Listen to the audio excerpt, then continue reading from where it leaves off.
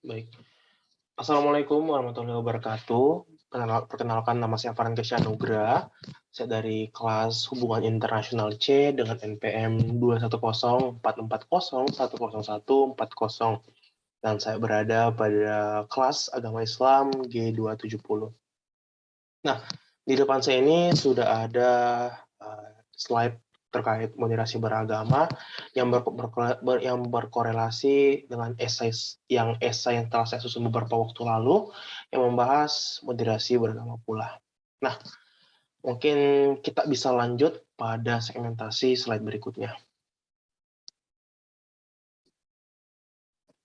Sebelum kita mengimplementasikan dan juga menerapkan asas dan nilai-nilai moderasi beragama ke dalam kehidupan kita, kita harus terlebih dahulu mengetahui apa sih sebenarnya itu moderasi beragama, kemudian apa sih yang perlu kita perhatikan dalam moderasi beragama, agar ketika kita mengimplementasikan konsep moderasi beragama ini akan tercipta konsep yang maksimal dan membuat kehidupan beragama kita jauh lebih sejahtera lagi dengan sesama kita yang ada di masyarakat tentunya. Nah, pada saat ini saya menjelaskan bahwasanya moderasi beragama itu merupakan suatu bentuk penyelesaian masalah atau penengah dalam menanggapi suatu konflik atau perpecahan yang terkait perbedaan dan pertentangan dalam konteks agama maupun di luar agama itu sendiri. Nah, sehingga permasalahan yang dihadapi itu dapat menemukan suatu bentuk solutif yang terbaik dengan dengan menghindari kekerasan atau keekstriman dari sudut agamanya. Kemudian sikap moderasi beragama itu merupakan suatu wujud pendewasaan dari segi sifat manusia dalam menyikapi disintegrasi masyarakat dalam wujud ujaran kebencian, caci maki dan hoax, terutama atas nama agama, sikap kekanak-kanakan, jahat, memecah belah, merusak kehidupan, patologis, yang tentu saja sebagai umat beragama dan berlandaskan asas ketuhanan tentunya, maka hal seperti itu harus kita hindari dan kita jauhkan dalam kehidupan bermasyarakat kita. Oke, secara umum bahwasanya moderasi beragama itu adalah suatu konsep yang dimana kita menyampingkan suatu bentuk disintegrasi, baik dalam perbedaan dan juga suatu permasalahan-permasalahan lainnya. Selain itu, moderasi beragama itu menjadi suatu bentuk upaya solutif dan juga penengah apabila terjadinya suatu bentuk problematika dan juga suatu bentuk permasalahan yang ada di masyarakat, baik itu antar umat beragama ini dan antar umat beragama itu. Dan tentunya moderasi beragama ini akan sangat baik apabila kita mengimplementasikannya ke semua lini-lini kehidupan kita. Nah, kemudian di sini kita bisa melihat juga salah satu contoh kenapa moderasi beragama itu penting dan kenapa sih moderasi beragama itu harus kita implementasikan dalam kehidupan kita sesegera mungkin. Secara garis besar memang sebenarnya dalam konteks historikal Indonesia memiliki banyak sekali sejarah-sejarah kelam terkait disintegrasi dalam beragama, baik itu konflik yang ada di Ambon, konflik yang di Palu dan lain sebagainya. Namun di sini ada salah satu contohnya juga, yaitu adalah konflik antar umat beragama di Aceh pada tahun 2015. Nah, konflik Aceh ini itu bermula pada tahun 1979. Nah, ketika itu adanya isu-isu rencana pembangunan Gereja Tuhan Indonesia atau GTI dan isu kristenisasi di Aceh Singkil. Nah, hal itu kemudian menimbulkan reaksi di kalangan umat Muslim setempat sehingga terjadinya pembakaran gereja. Nah, hal ini menunjukkan bahwa pada daerah itu belum diterapkan konsep moderasi beragama, sehingga apabila ada suatu hal yang kurang berkenan dari satu agama itu dan tidak sama dengan satu agama, itu akan terjadi disintegrasi dengan permasalahan dan permasalahan ini akan terus berkembang sehingga terjadinya hal-hal yang tidak diinginkan lagi, misalkan seperti kerusakan, pembunuhan, sampai dengan hilangnya asas kemanusiaan kita karena hanya melihat pada satu konsep perbedaan saja. Nah, kemudian setelah beberapa waktu berlalu, ketika moderasi beragama itu sudah diterapkan dan konsepnya sudah diterapkan ke dalam lini masyarakat, akhirnya konflik tersebut kemudian diakhiri dengan diadakannya ikrar kerukunan bersama pada tanggal 13 Oktober 1979 menurut berdasarkan laporan Kementerian Agama Kabupaten Aceh Singkil 2016. Nah, ini menandakan bahwasanya moderasi beragama itu memang sangat penting di masyarakat kita dan sangat diperlukan dalam kehidupan kita untuk menjaga tatanan juga kesejahteraan kita dalam beragama bersama dengan teman-teman kaum kita yang mungkin ada perbedaan dengan kita. Nah, selanjutnya dalam moderasi beragama itu ada beberapa sektor dan substansi yang perlu kita perhatikan agar moderasi beragama yang kita terapkan itu bisa maksimal kita implementasikan di masyarakat. Sektornya apa saja? Ini ada 3 substansi yang perlu kita dalami tentunya. Nah, pertama itu adalah sebagai rujukan dan leading sektor. Artinya bahwa setiap kehidupan dan peraturan yang kita buat harus kita lihat pada konteks moderasi beragama itu sendiri. Atau dalam Islam bisa kita katakan muamalah. Nah, eh, kita sebagai umat beragama dan juga pemerintah itu ketika ingin melakukan suatu peraturan, suatu ingin perubahan, suatu hal yang ingin dilakukan, itu harus melihat dulu moderasi beragamanya. Apakah hal yang ingin dibuat ini, hal yang ingin diterbitkan ini sudah sesuai dengan asas-asas moderasi beragama. Jangan timbang tindih pada satu agama saja, sedangkan agama lain tidak diberikan hal tersebut, tidak diberikan fasilitas-fasilitas yang ingin diterbitkan itu. Sehingga kita harus melihat terlebih dahulu. Leading sektor kita ini apakah sudah sesuai dengan moderasi beragama. Nah, ketika sudah sesuai dengan moderasi beragama, saya yakin pemerintah dan kita juga pasti akan mengetahui bahwasanya toleransi kita dalam mengeluarkan suatu peraturan itu uh, sudah sangat sesuai dan juga sudah sangat adil apabila kita menjadikan moderasi beragama itu sebagai suatu leading sektor dan rujukan kita ketika kita ingin mengeluarkan suatu tindakan maupun suatu hal-hal yang berkaitan dengan peraturan kalau pada sisi pemerintah tentunya. Itu. Nah, kemudian terkait penafsiran serta terjemahan konkret.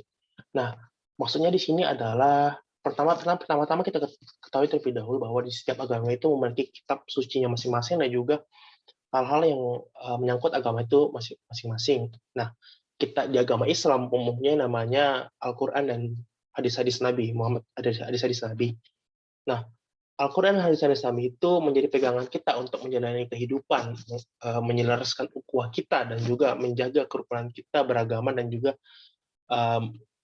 bagaimana tata cara kita beribadah itu menjadi landasan kita sebagai umat Islam. Nah, penafsiran terjemahan konkret ini harus diberikan kepada orang-orang yang betul-betul memiliki kapabilitas di dalamnya dan juga memiliki ilmu yang tinggi di dalamnya. Kenapa kita tidak bisa membebaskan semua orang untuk melakukan penafsiran dan juga terjemahan konkret di kitab-kitab suci? Karena itu akan menimbulkan lagi permasalahan-permasalahan yang permasalahan-permasalahan di kemudian hari, permasalahan-permasalahan terkait perpecahan umat, terkait salahnya penafsiran, terkait asal-asalannya kita dalam penafsiran dan mempublish apa yang menjadi pola pemikiran kita, itu akan membuat disintegrasi lagi di masyarakat. Misalkan ada suatu orang yang ingin mengeluarkan penafsirannya terkait kitab ini, dia publish, orang akan gampang percaya dan itu akan menimbulkan disintegrasi lagi. Bahkan bisa sampai memunculkan konflik lagi antara satu umat beragama dan umat beragama lainnya. Makanya kita perlu suatu lembaga-lembaga konkret dan juga lembaga yang memang dipercaya oleh pemerintah untuk mengeluarkan fatwa dan hukum-hukum dan juga peraturan-peraturan mereka terkait agama-agama yang ada di Indonesia. Dan tentu lembaga-lembaga yang terpercaya ini sudah sangat ahli dan juga kompabilitas di dalam mengeluarkan suatu peraturan-peraturannya.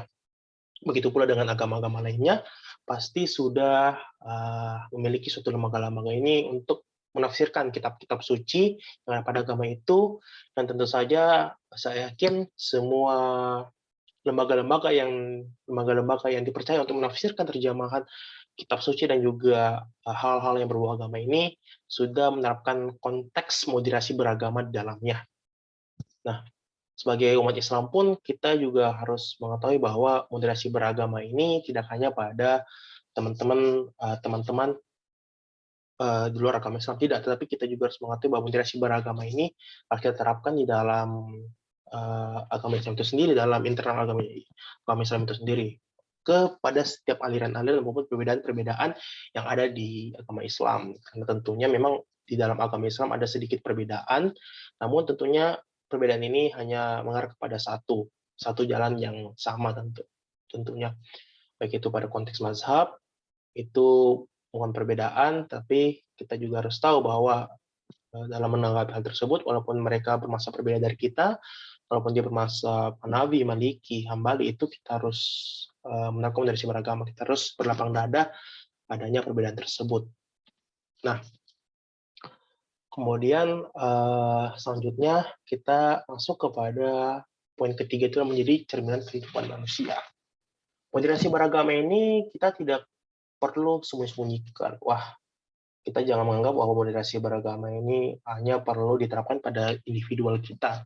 Kita tidak boleh sebarkan dan kita tidak boleh menyebarkan konsep moderasi beragama ini kepada orang lain. Tidak. Tapi kita harus jadikan moderasi beragama ini sebagai cerminan kehidupan kita dalam manusia. Ketika kita melakukan muamalah, ketika kita melakukan komunikasi dengan sesama, itu moderasi beragama itu harus senantiasa menyertai kita. Nah, selama hal tersebut tidak keluar dari sektor-sektor di agama yang kita anut. Karena banyak sekali orang-orang yang ekstremis kiri dan juga ekstremis kanan, karena dua-duanya ini sangat tidak baik apabila kita terapkan di dalam kehidupan. Makanya moderasi beragama ini harus kita jadikan sebagai cerminan hidup kita di dalam melakukan aktivitas dan juga muamalah kita dengan sesama manusia. Sehingga ketika orang melihat kita dalam bermoderasi beragama, orang itu akan juga tercetus dalam diri dia, wah, bahwa moderasi beragama itu sangat positif, dan kenapa saya tidak melakukan moderasi beragama juga. Hal itu akan, ketika hal tersebut pasti akan menimbulkan satu orang lainnya untuk menerapkan konteks moderasi beragama dalam kehidupan dia tentunya. Nah, kemudian kita juga harus mengetahui bahwa moderasi beragama itu sudah sangat sesuai dengan jalannya dan juga sangat sesuai dengan asas-asas dan nilai-nilai agama kita masing-masing. Di dalam Islam sendiri itu kita mengetahui bahwa salah satu perkataan sahabat Nabi kita, Nabi Muhammad SAW, yaitu Ali bin Abi Thalib, mengatakan bahwa